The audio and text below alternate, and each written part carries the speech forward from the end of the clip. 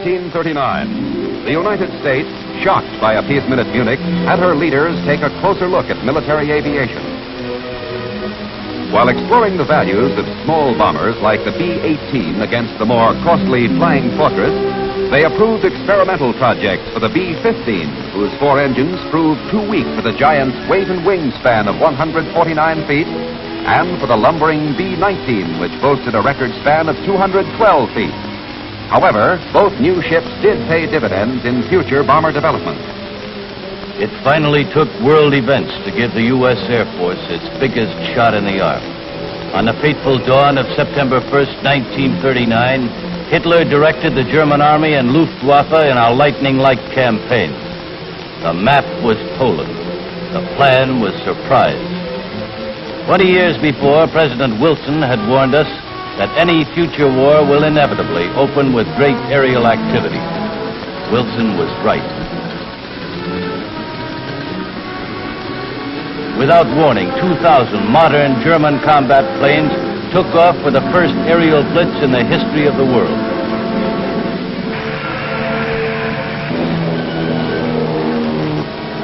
Poland died on its airfield. With this earth-shattering overture played by strafing Stuka bombers, World War II began. Ironically, the method the Germans followed in this Polish campaign was the same one by which we, on a far larger scale, would defeat Germany.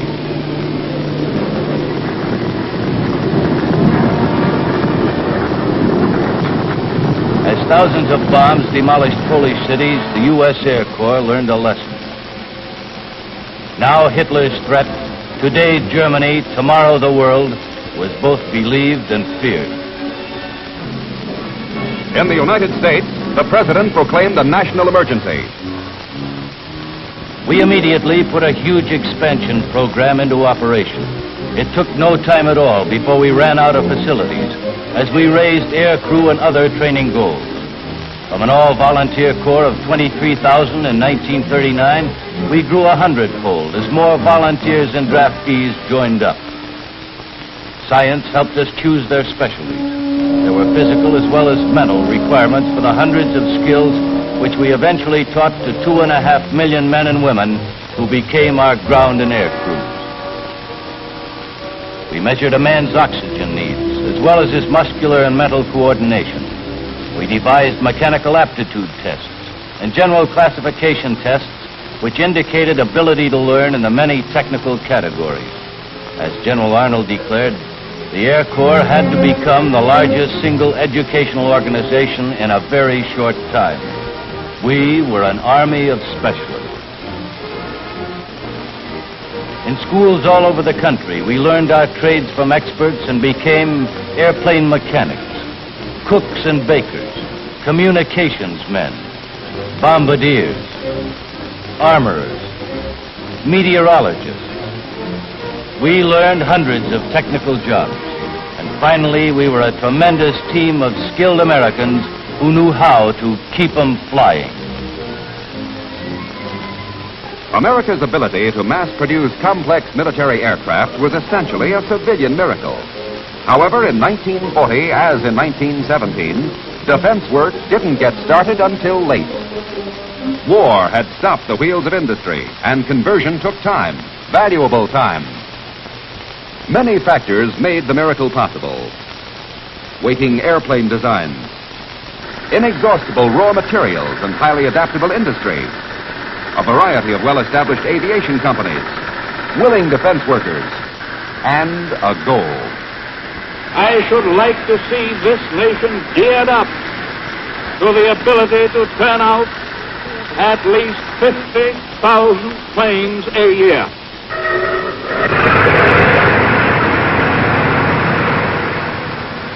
Many said this was impossible, but the new models were ready. B-25 Mitchell by North American. P-38 Lightning by Lockheed.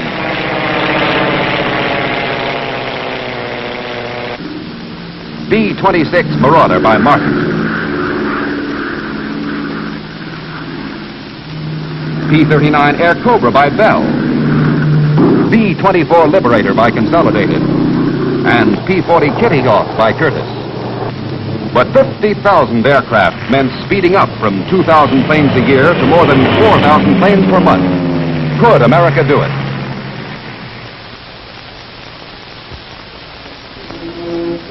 When German forces, led by her Luftwaffe, began to overrun the map of Europe early in 1940, across Denmark and Norway, then southward, speeding over Holland and Belgium toward France, I, as a military observer, filed my reports. The air war that everyone feared had, in fact, started. The smirking Luftwaffe was repeating its Polish success as it paved the way for advancing panzers which crushed 3.5 million French soldiers.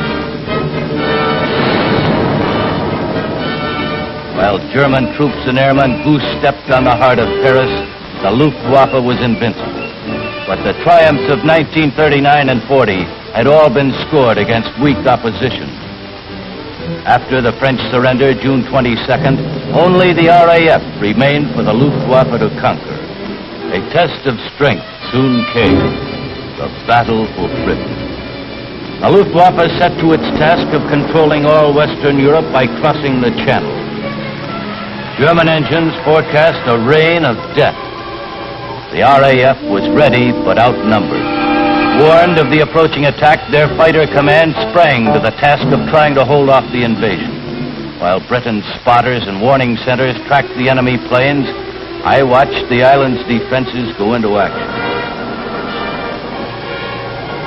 The outnumbered few fought back with more than blood, sweat, and tears. They had Spitfires and Hurricanes in their aircraft arsenal and a modest but well-trained force of airmen. The best that Goering had to offer was knocked out of the sky.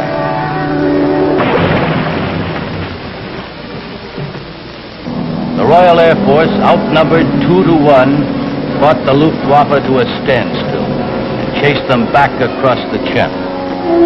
Then Britain's warning centers reported that Goering switched to night raids. London was still the main target, but the people had learned to take it.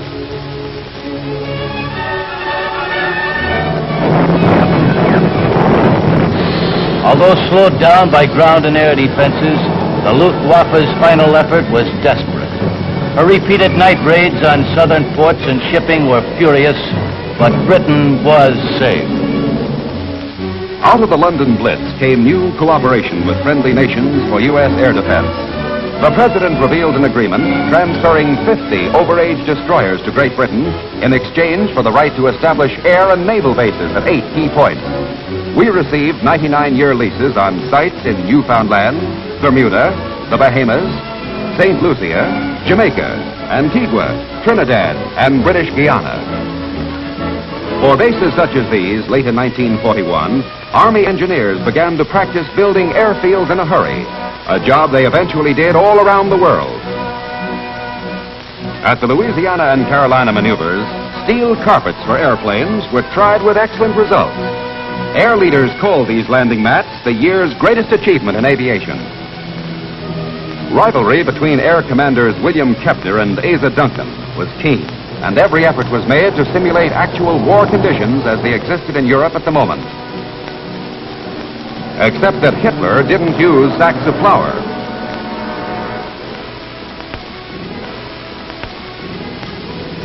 High point of the maneuver was the lesson learned from the first large-scale use of American airplanes to move armies. On November 22nd, the fleet of C-47s unloaded a complete battalion of airborne infantry to help capture Pope Field, North Carolina. In the sham battle that followed, all the new planes distinguished themselves. Attesting to the gains made during the years of experimental flight, technical advance, expanding man and machine power, the nation's air arm was being prepared for grueling events now only days ahead. December 6, 1941, Honolulu. Although alerted, the city went about its business in the usual way. December 6, 1941, Hamilton Field, California. We were under orders to get every available B-17 to the Philippine Islands. General Arnold personally inspected the air movement of the 13 B-17s. They carried no armament because of the heavy gas load necessary for the 3,000-mile hop to Oahu. Dawn, December 7, 1941, the Pacific Ocean. A Japanese task force was also heading for Oahu. Mission, sneak attack. Primary targets, Pearl Harbor and Hickam Field. Exactly at 0600, the fateful signal was given. And the first wave, 200 fighters, horizontal bombers, torpedo bombers, and dive bombers roared off. Pearl was an ideal target because through greater fear of sabotage than air attack, ships and planes had been brought together rather than dispersed. When the B-17s from California finally approached the island, their engines were heard by some of our men at Pearl and Hickam. At the same instant, from another direction, the Japs struck. In the midst of the onslaught, the unarmed B-17s arrived. Our pilots could do no more than find a place to land. Wave after wave of enemy planes bombed American aircraft and units of the Pacific Fleet in a treacherous attack which achieved perfect tactical surprise. Other Japs went after U.S. fighters on auxiliary fields. In spite of the terrific pounding, our pilots and mechanics were able to get 4 P-40s and 2 P-36s in the air within the first 30 minutes and offer some resistance. In the face of overwhelming odds, Lieutenants Harry Brown, Robert Rogers, Kenneth Taylor, John Webster, and George Welch, among many others, fought back as best they could.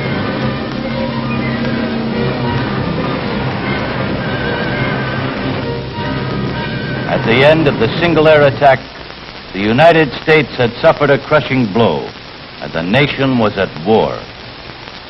The Jap squadrons returned to their carriers with a loss of only 49 planes, a cheap price for so great a victory. Although America had paid heavily for being unprepared, the U.S. Air Force, led by men like Hap Arnold, began to rise from the disaster.